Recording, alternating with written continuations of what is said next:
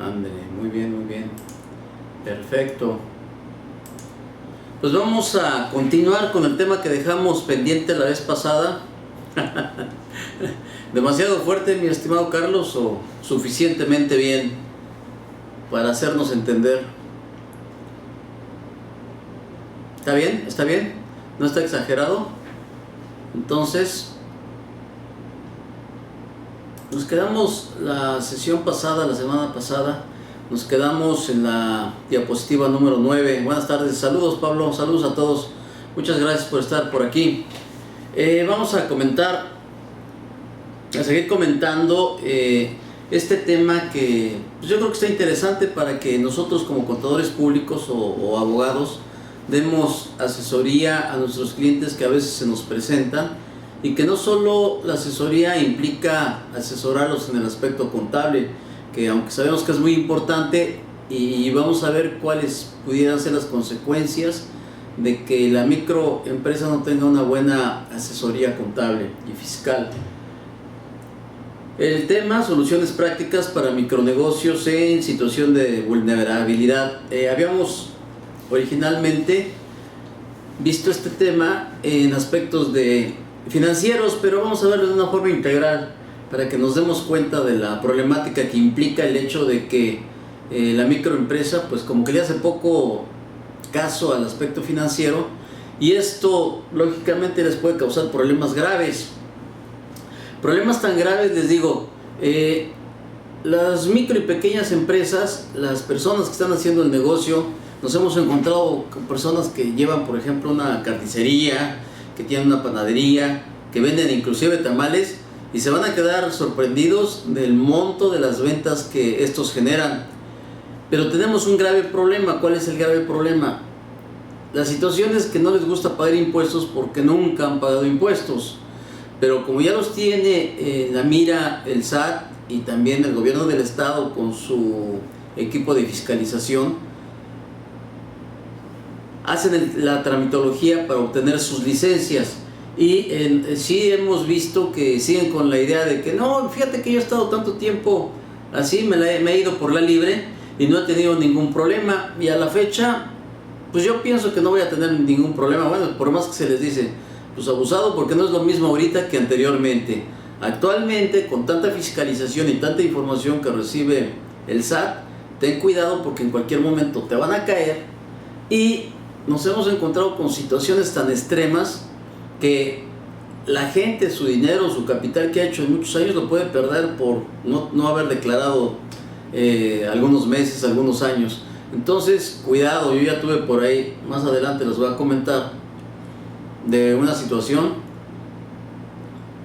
que de plano el contribuyente tuvo que desaparecer.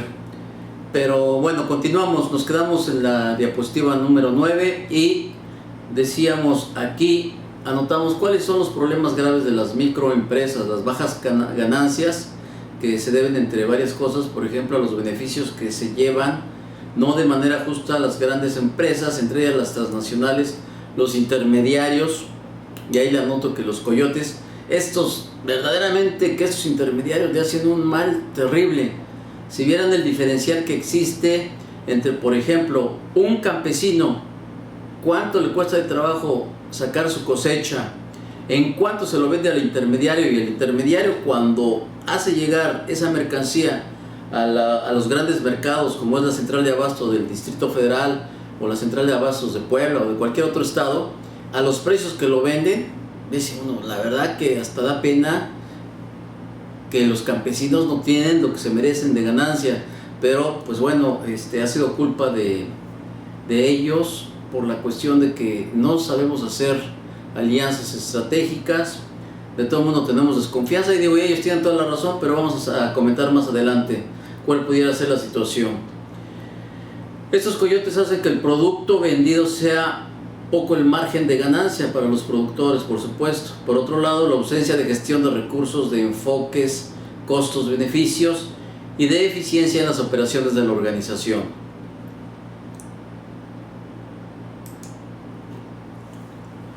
Otro de los problemas gravísimos de las micro y pequeñas empresas es la falta de crédito, que principalmente se debe, entre otros aspectos, a la falta de información, no saben quiénes les dan estos apoyos económicos, los créditos inaccesibles a los microempresarios, así como los requisitos y exigencias para los accesos a los intereses demasiado altos y riesgosos.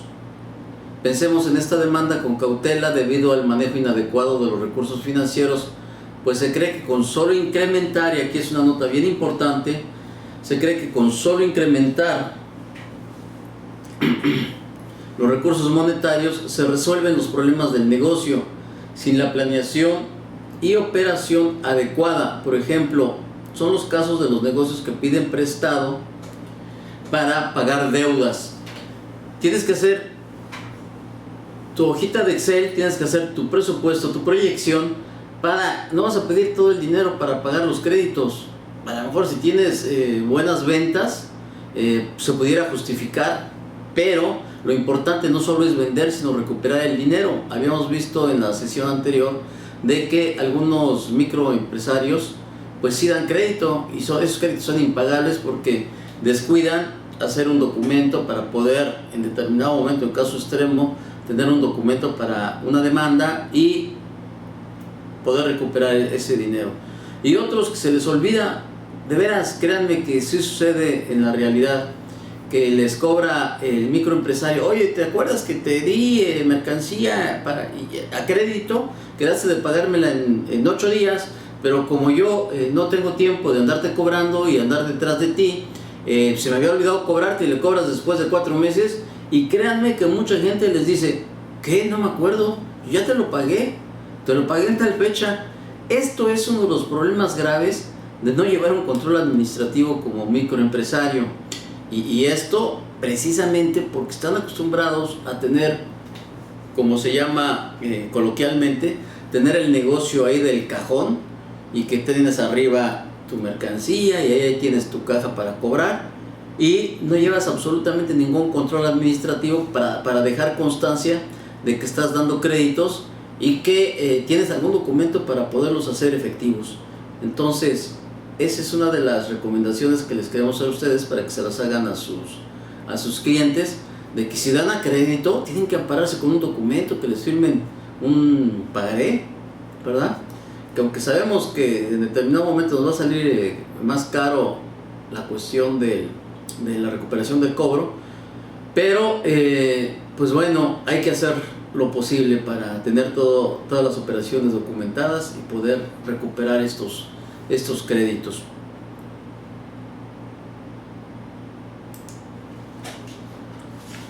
Tenemos, miren, yo les comento que existen estos apoyos por parte de la Secretaría de Economía, pero que la mayor parte de la gente ha tenido muy malas experiencias. Desgraciadamente se meten entre la Secretaría de Economía y el pequeño empresario, pequeño microempresario.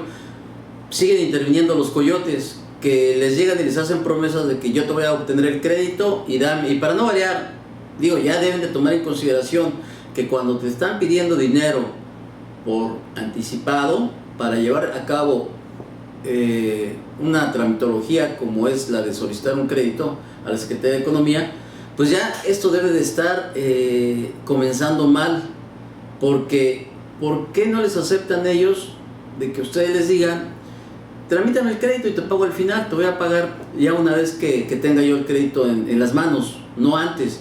Porque pues es también muy sencillo, y ha sucedido en la práctica, de que muchos de ellos se desaparecen en el mero momento, y ya ¿cómo le haces para recuperar tu dinero? No puedes hacer nada en absoluto. Hay personas que están acreditadas con una credencial como intermediarios para obtener este tipo de ayudas por parte de la Secretaría de Economía, pero sí tienen su identificación y lógicamente no te van a pedir ningún dinero para darte este tipo de ayudas. Entonces, pues se los pongo a su discreción para que lo manejen de esa manera.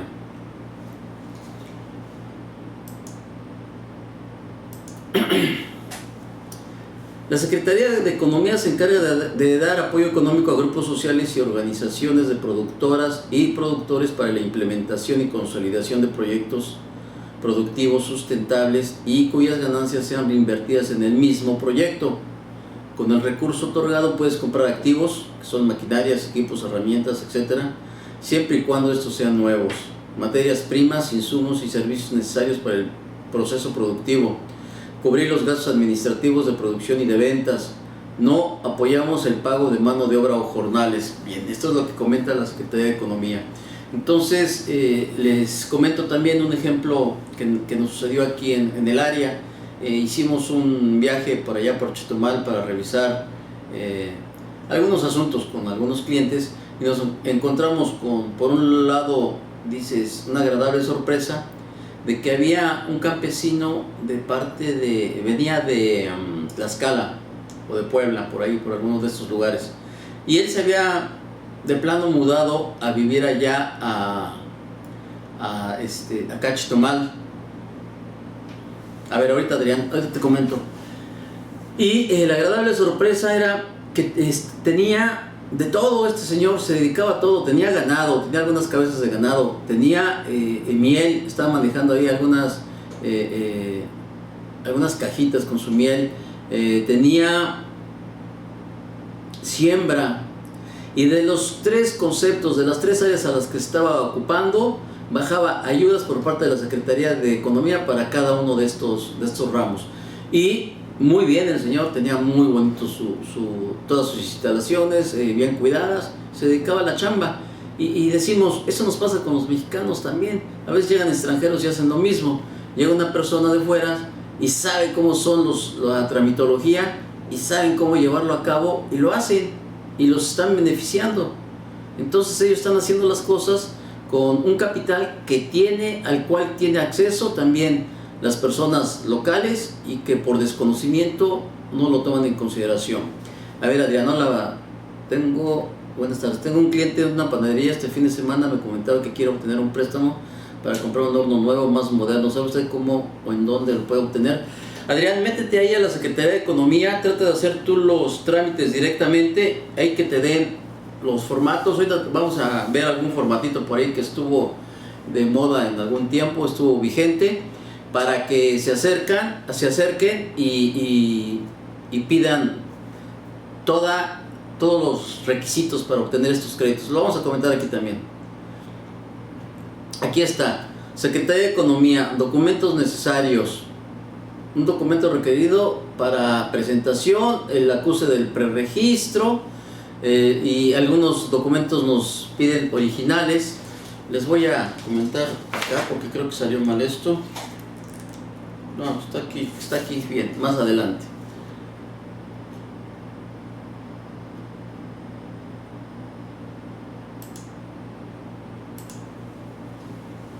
Comprobante de domicilio de cada uno de los integrantes del proyecto, en original y copia. Acuse de conclusión de captura de los cuestionarios únicos de información socioeconómica, que le llaman el CUS. Entonces les piden para que llenen estos formatos. El original de una carta compromiso, que todos estos formatos se los van a obtener por parte de la Secretaría de Economía. El original para el caso de grupos sociales, acta de asambleas en la cual se acredita a un representante social. Otro original para el caso de organizaciones, acta constitutiva y de las actas de asamblea en las que se acredite el número de socios vigentes. También original y copia para el caso de organizaciones, registro federal de contribuyentes en el caso de que ya estén dados de alta. Original y copia para el caso de organizaciones, de documento con validez oficial de opinión del cumplimiento de obligaciones fiscales. Recuerden, esta opinión de cumplimiento de obligaciones fiscales casi ya se está haciendo costumbre en todos los trámites ante el gobierno. Entonces, si tienes por ahí un contribuyente, que es lo que comentaba hace un momento, que no está obligado a pagar impuestos, si no presenta sus declaraciones o las presenta en ceros, no siendo que deban de presentarle en ceros porque sí tienen ingresos y han expedido CFDIs, entonces ya cuidado, porque están en peligro de que si tú obtienes, aunque obtengas, no puedes obtener tu constancia o tu opinión de cumplimiento positiva, puesto que el SAT va a verificar que tienes CFDIs de ingresos y tú estás declarando en ceros. Y esto se los comento porque ya en varias ocasiones a varios clientes les han caído con esta práctica. Tienes CFDIs de facturación que tú estás haciendo como contribuyente y tus declaraciones las estás presentando en ceros. Acá en Obregón vas a la Secretaría de Economía y de ahí lo mandan a una incubadora de negocios y dependiendo de lo que quieres te cobran. Ok. Sí, Elizabeth, les comento que en cada entidad federativa buscan la manera de organizar esto y es diferente. Entonces habría que habría que acudir ahí a la Secretaría de Economía local y que les den los parámetros y los requisitos. Entonces, abusados con esas declaraciones en ceros, estimados colegas. Aquí hay un proyecto simplificado para la modalidad del impulso productivo. Estoy dando el formato de FFC de SOL 002, que es un proyecto simplificado para la modalidad de impulso productivo, que está editable. Busquen este formato en la Secretaría de Desarrollo Social y este formato los va a sacar de muchas dudas. Tenemos aquí más requisitos. Lógicamente, pues les van a pedir, recuerden que siempre que les van a prestar dinero, y a veces decía una persona, oye, es incomprensible que yo necesito dinero y vengo a un banco y precisamente porque no tengo dinero es por lo que estoy solicitando y me piden requisitos como si fuera millonario. Pues desgraciadamente así es. Tienes que demostrar que tienes la capacidad de pago para poderte otorgar un crédito. Si tú, mire, y esto en alguna otra ocasión lo veíamos y lo analizábamos aquí en alguna de las pláticas que dábamos aquí con ustedes. La mayoría de los clientes no están acostumbrados a pagar impuestos. Lógicamente, si tú vas a presentar unos estados financieros en pérdida, pues la empresa, el banco, la Secretaría de Economía, la Sedesol, quien quiera que sea, ven que estás perdiendo y ¿cómo te voy a prestar dinero para perder? ¿Verdad? Eso es lógico, ni ustedes lo harían. Si ustedes llega un pariente de ustedes y le dicen, oye, préstame dinero porque tengo un negocio y estoy perdiendo, pues por lo menos dime cómo lo estás perdiendo para ver si no te voy a prestar mi dinero para que lo pierdas también, ¿verdad? Entonces, eso yo creo que aquí es importante acostumbrar al contribuyente de que ¿quieres dinero? Ya vete educando a hacer bien tu contabilidad, vete educando a presentar dentro de tus estados financieros y dentro de tus declaraciones, pagos provisionales, declaraciones anuales, utilidades para que en el caso que tú requieras un crédito, pues lógicamente si presentas estados financieros y declaraciones positivas con resultados que incrementen tu capital, pues eres un sujeto de crédito en el cual va a haber confianza de que sí tienes la capacidad de pago, ¿ok? Entonces creo que esto es lógico. Por ahí nosotros teníamos un cliente que empezó con alguna miscelánea, ahora ya es un cliente muy importante, está obteniendo unas ventas increíbles, pero él tuvo que accesar a créditos para crecer. Si seguía, afortunadamente fíjense que este cliente es muy puntual y muy organizado en el aspecto administrativo. Entonces yo pago lo que tenga que ser, pero busca la manera de pagarlo menos, que sea legal y una buena planeación. Bueno, se le buscó. Actualmente ha crecido bastante, es de los mejores clientes que tengo, está vendiendo muy bien en forma mensual, pero todo esto gracias a que tuvo acceso a créditos. Si no hubiera tenido la oportunidad de accesar a estos créditos, no hubiera crecido como está actualmente. Entonces, tenemos que entrarle a la nueva forma de manejar los negocios de una manera más profesional, de una manera más creíble, de una manera más puntual, y va a ser como se nos van a abrir las puertas, o se le van a abrir las puertas a estos contribuyentes o a estos clientes para que puedan crecer. Y aquí les comento cuáles son las fuentes de financiamiento. Fuentes de financiamiento que tenemos, ahí están los colores. La banca privada tiene un 19%. Los proveedores, y dicen, bueno, pues ¿cómo ¿cómo me presta un proveedor? Bueno, pues el proveedor te presta cuando tú le haces una compra y no le pagas. No le pagas en un mes o en 2 meses. Te está financiando 2 meses de la mercancía para que tú tengas operación. ¿Ok? La banca de desarrollo, con color amarillo que solamente alcanza un 3%.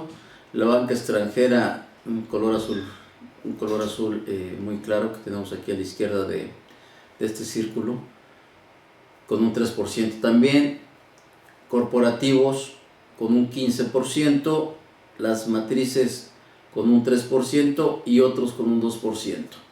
Bueno, en algunas ocasiones y hace algunos años se daban como opciones para obtener financiamiento y para optimizar la operación de estos pequeños y microempresarios en hacer alianzas estratégicas, unirse.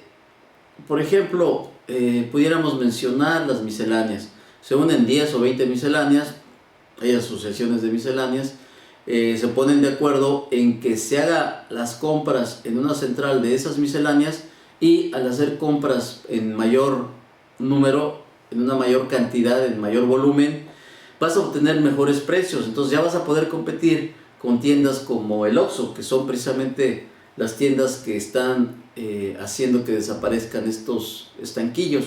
Lógicamente habría otros aspectos que considerar a efectos de que pues tengan mejor presentación las misceláneas. A lo mejor cambian tus instalaciones, a lo mejor haces una cadenita muy bonita y muy agradable como el Oxxo. Pues hay que ver qué es lo que está haciendo el Oxxo que tiene éxito. Pues tiene regularmente los productos que necesita de forma inmediata la gente. Tú vas allá y a lo mejor encuentras papel de baño y encuentras a lo mejor pasta dental, encuentras productos que ya se hicieron estudios anteriormente para determinar qué es ese tipo de producto que más busca la gente. Dentro de los negocios de los centros comerciales, dentro de los negocios de los restaurantes, de los hoteles, de una infinidad de negocios, se lleva una estadística que se llama participación del negocio por área geográfica, o participación de productos en las ventas. Les dan diferentes nombres. Y este tipo de estadísticas te los dan en automático las máquinas registradoras electrónicas que utilizan todavía muchos de los negocios. Y máxime ahora, si utilizas una computadora, pues te lo va a dar fácilmente y tú vas a poder accesarlo. ¿En qué consiste este reporte?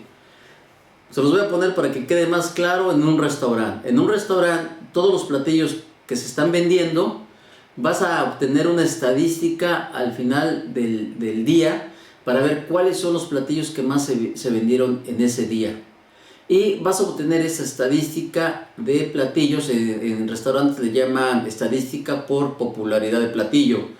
Lo vas a obtener en forma mensual y vas a llevar una estadística de estos platillos de todo el año.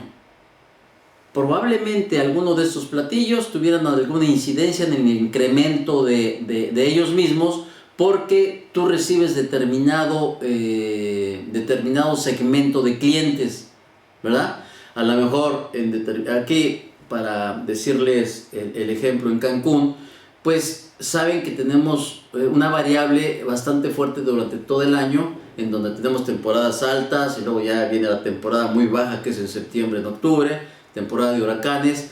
Las temporadas altas es diciembre, enero, febrero, marzo, abril, en donde muchos extranjeros, estadounidenses, canadienses, europeos, vienen a pasar el invierno. Los inviernos fuertes los vienen a pasar aquí en Cancún, porque pues, aunque haga frío, ellos pueden andar sin playera. Lógicamente no es comparable una temperatura baja o una baja temperatura aquí en Cancún que la que sufren ellos en sus lugares de origen. Ok, entonces estos platillos, de acuerdo con el mes, pudieran tener una mayor incidencia de venta, que probablemente en octubre, noviembre, que empieza a subir la ocupación, pero es diferente el tipo de turismo que recibimos, no se vendan en esos meses. Entonces tú pudieras hacer una estadística para determinar en qué meses sí vas a vender estos platillos y en qué meses no los vas a meter a producción porque se te van a quedar, ¿verdad? Y algunos platillos los cuales no vendes durante todo el ejercicio, pues los eliminas completamente, los quitas de la carta y los vas a suplantar por otras modalidades de platillos de acuerdo con el tipo de turista que tengas en esa época. Entonces, estos estudios son bien interesantes porque pudiéramos dar una buena asesoría a nuestros clientes, tratando de ver estas incidencias, estos comportamientos, hacer una grafiquita y ver el tipo de turista que estamos recibiendo en determinado momento. Por ejemplo, las papelerías, pues las papelerías que cierren en época de vacaciones de los niños, ¿no? Porque la papelería que está en la esquina de la escuela, pues no vende durante la época de vacaciones. Entonces hay una serie de decisiones súper interesantes que pudiéramos tomar nada más con un análisis bien profesional y bien puntual del comportamiento de nuestros ingresos. Analizar en qué meses se venden. A lo mejor dice uno, pues si lo llevas nada más por mes, pues este mes no se vendió nada y ya dices, y alguien diría en forma inmediata, pues vamos a quitarlo, ya no lo vamos a vender. Espérate,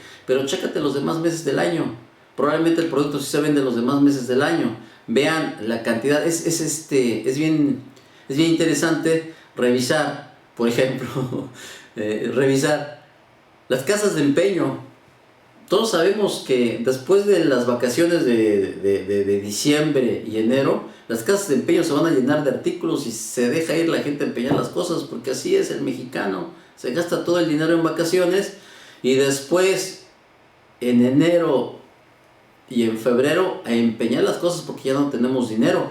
Y fíjense, eso es, aquí llega al extremo que, por ejemplo, los OPCs, que son los cerradores de ventas de tiempo compartido, que ganan mucho dinero por las comisiones, por todas las ventas que hagan durante la temporada alta, que es cuando llegan muchos clientes y ellos pueden agarrar a un cliente y venderle el tiempo compartido, que es impresionante. Eso también, y se los platico para que también vean, esto es una guerra psicológica. Primero te agarra una persona que te va a empezar a trabajar para venderte el tiempo compartido y etcétera, etcétera. Luego tú te ven todavía renuente, te ven que no quieres comprar el tiempo compartido, que estás fuerte hasta ese momento en tu decisión de no comprarlo y te mandan otra persona. Y la otra persona se cuenta como que te van aflojando la voluntad y ya casi estás para sacar la tarjeta de crédito y luego viene el cerrador y ya con el cerrador cierras la tarjeta de crédito. Te hacen una guerra psicológica bastante pesada. Y a veces muy groseras porque te dicen, te vamos a dar el desayuno, te vamos a regalar el desayuno, vete, y te invitan. Y como no les compraste, se desaparecen y tú ya estás desayunando. Y en el momento que sales del restaurante, te empieza a cobrar la cuenta del mesero. Dices, oye, pero es que quedó ese fulanito de tal que venía conmigo que iba a pagar la cuenta. Y no la pagan ya, la tienes que pagar tú. Entonces, bastante agresivo este tipo de ventas y la verdad muy poco ético. Estos señores venden mucho en temporada alta y reciben unas comisiones impresionantes. Posteriormente, en esa época, en serio, cambian de coche, se compran un coche último modelo y se cambian de casa, se van a otra casa donde pagan más arrendamiento, hacen un derroche del dinero. Y créanme, está tan exagerado la falta de visión y la falta de previsión de decir, oye, pues no me va a alcanzar en temporada baja este dinero para mantener el coche o para dar la mensualidad del coche. Bueno, en temporada baja, cuando los señores no venden, no venden tiempo compartido, lo que sí venden andan vendiendo sus coches, andan vendiendo todo lo que se compraron en ese tiempo, ¿no? A ver, Maricruz, Isla Veracruz, contado una pregunta: los apoyos que da Acerca derivado de Zagarpa por producción de maíz se acumula a los ingresos. Hay que checar la ley del impuesto sobre la renta. En este momento no lo tengo en mente, pero sí hay algunos que sí acumulan y otros te da oportunidad que no. Pero si esos son de fondos perdidos y que no vas a pagar impuestos por esos, pudieran tener la seguridad de que sí se los van a hacer acumulables, ¿ok? Entonces, pues ahí tenemos los créditos, cómo los vas a obtener, cómo los va a obtener, qué opciones hay. Sabemos que si vas al banco son impagables, te imponen unos intereses bastante altos, pues hay que hacer una corridita financiera para ver cuál va a ser el impacto de esos créditos. Problemas con las autoridades con referencia a ello. Nos hemos cansado de decirle aquí al ayuntamiento y en la capital de que mientras más complicados sean toda la tramitología para las licencias, van a desalentar al contribuyente para registrarse y lógicamente van a recibir menor recaudación. Si se facilitaran la famosa falacia y el sueño guajiro de siempre de la ventanilla única, que en todos lados, en todas las entidades federativas lo ponen, lo estatuyen, pero no funciona como debería de ser. ¿Qué es la ventanilla única? Una ventanilla única es la que te va a evitar tener el acceso o el contacto con el burócrata, y se los hemos dicho a los diputados. Si tú evitas el contacto del burócrata con el contribuyente, vas a evitar corrupción, vas a eliminar la corrupción y no lo van a estar amedrentando y no lo van a estar presionando para que les dé dinero para llevar a cabo esos trámites, ¿verdad? Entonces, si tú haces una ventanilla única, inclusive ya ni ventanilla única, mis estimados colegas, yo les diría que el trámite fuera vía internet, ya se puede hacer. Vas a digitalizar todos tus documentos, los presentas vía digital, la autoridad misma te va a decir esto no cumple, esto sí cumple, te hace falta esto, te hace falta aquello, y ya nada más vas a depositar al banco o haces una transferencia al banco para que pases con tu autorización, que te manden vía digital y te otorguen ya la licencia. Con esto vas a evitar un número grande de contribuyentes que, debido a precisamente esa problemática fiscal y de tramitología, dicen: contador, mejor ya no me registro, me voy por la libre, déjenme sin registrarme y ya cuando me caigan me arreglaré con ellos. Esa es la mentalidad del contribuyente, porque se fastidian de que aquí en Benito Juárez, en Cancún, tienes que dar aproximadamente 14 o 15 vueltas al ayuntamiento para hacer el trámite de tus licencias. Y lógicamente cada visita es presión para obtener dinero. Entonces, bueno, seguimos con ese problema. Se pueden hacer esos trámites globales por varias personas, vía las cámaras, vía un contador o vía varios contadores que junten esos trámites, y en el momento que nos rechacen varios, pues ya podemos hacer una visita a los encargados de fiscalización o de los encargados de licencias, pero ya con varios contribuyentes juntos, ya va a ser más difícil que nos rechacen estos trámites. Máximo cuando van todos y les hacen un paro allá afuera de las oficinas de licencias y le hablan a los medios, estimados colegas, porque de veras están haciendo muchas ilegalidades por parte de los ayuntamientos, están aprovechando del desconocimiento que tiene la gente de las leyes. ¿Cómo es posible que te digan: la persona que estuvo anteriormente en el local que tú estás ocupando en este momento me quedó a deber basura y no pagó, entonces no te voy a autorizar tu licencia hasta que cobren ese adeudo? ¿Y yo qué tengo que ver con eso? Yo soy un contribuyente nuevo, ni es mío tampoco el local. Entonces eso es totalmente ilegal, y eso únicamente lo vamos a resolver vía un amparo.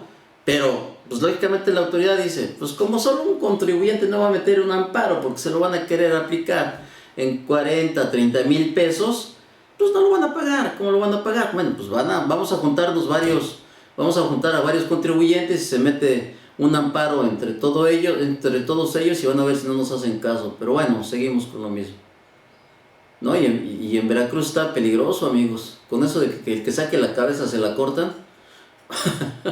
Pasa lo mismo con el registro en el ayuntamiento. Extorsionan a los contribuyentes al momento de registrarse y le piden muchos requisitos, hasta un plano le solicitan. Sí, A lo mejor hasta te piden una fotografía satelital, ¿no? Pero sí, así las exigencias y así la exageración por parte de las autoridades para solicitar requisitos. Entonces, ahí tenemos el uso del suelo, el uso del agua. Se ha llegado el caso de extorsión, corrupción, abuso, estafas de funcionarios o pseudo autoridades. Y sigue, no cambia. No le pagan a tiempo en este tipo de problemas, se debe entre otros a la insolvencia, abuso de clientes u otros deudores, falta de responsabilidad de los pagos pactados y a la formalidad de hacer negocios. Lo que les comentaba, hay que ser formales para hacer los negocios. Hay que pedir un documento donde quede constancia que estamos dando nuestra mercancía a crédito para tener la opción de poderles cobrar o de recordarles el adeudo. ¿Ok? Conflicto con los clientes en cuanto a las relaciones y causas que las generan va desde un conflicto de exigencia de servicio hasta demandas, abusos de alguna de las partes, malos entendidos, robos, etc. Debe de quedar bien claro cuáles son los servicios que presenta o que presta el microempresario para efectos de que después los clientes no abusen de esto. ¿Y qué más les puedo platicar, mis estimados colegas contadores? Ustedes mismos tienen este problema. Van con el cliente y les manda, ahora hazme un acta de asamblea, ahora hazme un contrato laboral para los trabajadores. Y les dice, oye, pero eso no venía en el contrato. Y dicen, no, dice el cliente, estos puntos, si mal no recuerdo, quedamos que sí los ibas a incluir en el servicio. Pero ¿cuándo hablamos de eso? ¿Y dónde está el contrato? No hacemos contratos porque no queremos vernos mala onda con los contribuyentes o con los clientes para que no se nos vayan a ir y que no vayan a pensar que les tenemos desconfianza. Estimados colegas, no es desconfianza, es formalidad, es organización, es administración. Vamos a firmar puntualmente los contratos con los contribuyentes en donde quede bien especificado cuáles son los servicios que le estamos prestando, exclusivamente contabilidad, inclusive ni la asesoría. Porque, caray, de esos clientes, ¿con cuánto nos encontramos constantemente? Oiga, no, es que hágame un contrato de mutuo, que le voy a prestar dinero a mis hijos, al negocio de mis hijos, y ¿cómo ve? ¿Cuánto le ponemos de interés? Y pues ahí te están sacando toda la sopa, y luego dicen, oiga, este servicio no viene dentro de los servicios de contabilidad, que es lo que da el despacho. No, pero yo me acuerdo que usted me dijo que esto, pues nunca platicamos de eso. Danielita, no les tengas miedo. Se enojan porque firmas un contrato, diles que soy muy profesional y ahora para estar compitiendo con los grandes despachos, que por ahí ya vieron una noticia de un despacho de Estados Unidos, no les digo el nombre, si no van a decir que traigo algo en contra de ellos, que ya anda tronando precisamente por las auditorías, los malos servicios y demás. Pero pues díganle que es una costumbre que siguen todos los despachos, entonces ¿por qué nosotros no los vamos a hacer? Se enojan porque no les damos la información para hacer su contrato, yo los mando con un abogado. Ándale, perfecto. Eso es lo que tenemos que hacer como contadores, tercerizar este tipo de servicios a manera de que no se nos escapen y luego ya ustedes se ponen de acuerdo con sus cuates. Ándale. Definitivamente, y luego les haces planeaciones fiscales y les haces trabajo que en un contrato de este tipo de honorarios, de mutuo, etcétera, etcétera, cualquier abogado les cobra 5,000 pesos y tú les das la planeación para que se ahorren dinero y para que ahorren el pago de impuestos y se ahorren los 5,000 pesos más el abogado, etcétera, etcétera, más la planeación y gratis. Entonces, aguas colegas, hay que ponernos las pilas con ese tipo de cobros. Falta de crédito de la mayoría de los negocios, no es especialmente de que el sistema financiero mexicano deja fuera del acceso de estos créditos a la mayoría de las micro, pequeñas y medianas empresas. Eso impide que las empresas crezcan y se desarrollen. Ya les dije cuál es la solución: empiecen a llevar la contabilidad bien, empiecen a mostrar números positivos dentro de sus empresas. Si tienes números negativos, ¿cómo te van a dar créditos? Que se vea mayor formalidad, que tengas estados financieros mensuales, sus declaraciones con ingresos, etcétera, etcétera. Excelente, Danielita, me gusta esa actitud, eso es todo. Y así se les quita la manía de querer todo gratis. Perfecto. El sector financiero de México trabaja bien, pero se ha dicho muchas veces que solo funciona bien para un sector promedio de la población. Bueno, eso ya lo sabemos, ya para qué lo comentamos. Si tienes dinero te prestan, si no tienes dinero no te prestan. Niegan los créditos a los pequeños negocios porque consideran que es muy riesgoso. Bien, les digo, ya quiero terminar este tema, hoy ya nos quedan pocas diapositivas. Tienen que hacer su plan de negocios, tienen que recomendarle a sus clientes, a sus contribuyentes que hagan su plan de negocios. Ustedes se lo pueden ir dando. Javier Cepeda, le di planeación gratis a un cliente y cuando lo vio todo listo y fácil, le dio la contabilidad del auxiliar contable de la empresa. Pues así pasa, no hay que dar todo en bandeja de plata, estimado Javier. Desgraciadamente, mira, no para consuelo, pero no eres el único que le sucede todo este tipo de situaciones. A todos nos ha pasado, a todos, y nos sigue pasando. El otro día estaba platicando con un posible cliente y dentro de la charla pues lo empecé a empujar para ver cómo pensaba, y que se le sale y me dice, fíjate que tenía yo un contador y que me dice, pues yo nada más te voy a revisar, vamos a poner una persona y voy a revisar, voy a estar supervisando al auxiliar para que lleve bien las cosas, y ya posteriormente hacemos una reunión para decirte cómo vas. Y el cliente se le sale, yo hablé con el auxiliar y le dije, oye, pues si tú haces toda la contabilidad, entonces ¿por qué no te vienes a trabajar conmigo y dejas a tu contador al despacho y tú y yo hacemos las cosas? Dije, no, pues como cliente no lo voy a querer, lo voy a querer mejor como asesoría, porque ya para llevarle la contabilidad ya me di cuenta de cuál es su forma de actuar, ¿ok? Entonces, pues cuidado, si no le das la planeación no te dan trabajo, y si se las das tampoco. Silvia, mira, lo mejor que ha dado resultados es terceriza ese servicio. Dile, oiga, ¿sabe qué? Sí conozco cómo se puede hacer este tipo de trabajo, un contrato, pero pudiera haber una falla que pudieran conocer mejor o conocen mejor los abogados. Vamos a dárselo a un abogado amigo mío para que no tenga usted algún problema. Dice, si después sale algún problema legal, no quiero que me eche a mí la culpa porque no es mi ramo. Y se lo das a un abogado y es un convenio de trabajo con el abogado. Y trata de ser más, ¿qué te diré? Vamos a ser más abiertos con el cliente. O sea, yo no soy abogado, luego si vas a tener un problema, va a echar la culpa, pues vamos a dejarlo mejor en manos del especialista. Falta de dinero y capital, ya lo vimos. Es fundamental contar con el suficiente capital ya que se requiere por si hay un incremento de ventas. Sí, a veces haces tu ciclo de la venta, te quedas sin dinero y ya no tienes para invertir, no tienes para comprar tu inventario y no tienes para vender, ¿verdad? O sea, sí es necesario tener un colchón. Un colchón no se requiere a que tengas el dinero ahí. Un colchón se requiere a que tengas el crédito abierto con algún banco.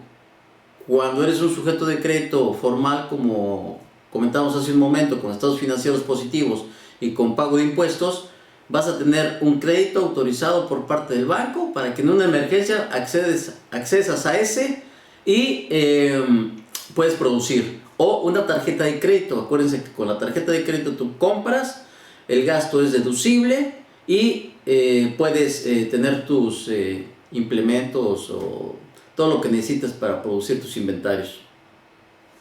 Así es, todo causa honorarios. Entonces, resulta ser un incremento de cuentas por recibir o crean la necesidad de contratar más personal para obtener descuentos al comprar inventario, materia prima, pagando en efectivo y no al crédito. Si pagas con tarjeta de crédito, pues es efectivo para ellos. Cuentas por recibir que se extienden más allá de lo previsto. Fluctuaciones en venta de estación, invierno, verano, lo que comentamos hace un momento. Manejo ineficiente de niveles de inventario. Hay que hacer una estadística también del inventario para ver qué mercancías tienen poco movimiento o nulo movimiento y desecharlas, vale mejor venderlas, o de las cuentas por recibir, etc. Como pasa en la realidad, algunos sectores económicos de nuestro país cuentan con un mayor número de inversiones y apoyos gubernamentales, mientras que algunos sectores están prácticamente en el olvido. Pues sí, efectivamente, esa es la problemática. Y esto es importante, la carencia casi generalizada de una cultura empresarial, características de micro y pequeños empresarios, independientemente de la calidad de sus productos y o servicios, les impide en la actualidad y de manera significativa ser más competitivos en el ámbito local, regional, nacional o internacional. Muy bien, pues ¿saben qué? Yo creo que vamos a dejar aquí el tema. Lo terminamos la semana que entra. Todavía hay varios detalles para comentarles muy interesantes. Creo que ahí vamos obteniendo algunos casos prácticos y la solución que les podemos ir dando. Es importante no dejar de ver el aspecto fiscal, el aspecto legal que les hemos comentado y el aspecto práctico, ¿verdad? De llevar un control ahí de la mercancía, lo que se vende, lo que no se vende, etcétera, etcétera.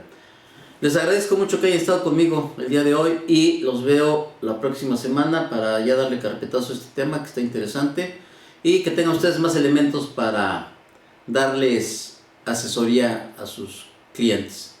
Buenas tardes, colegas. Hasta luego. Gracias.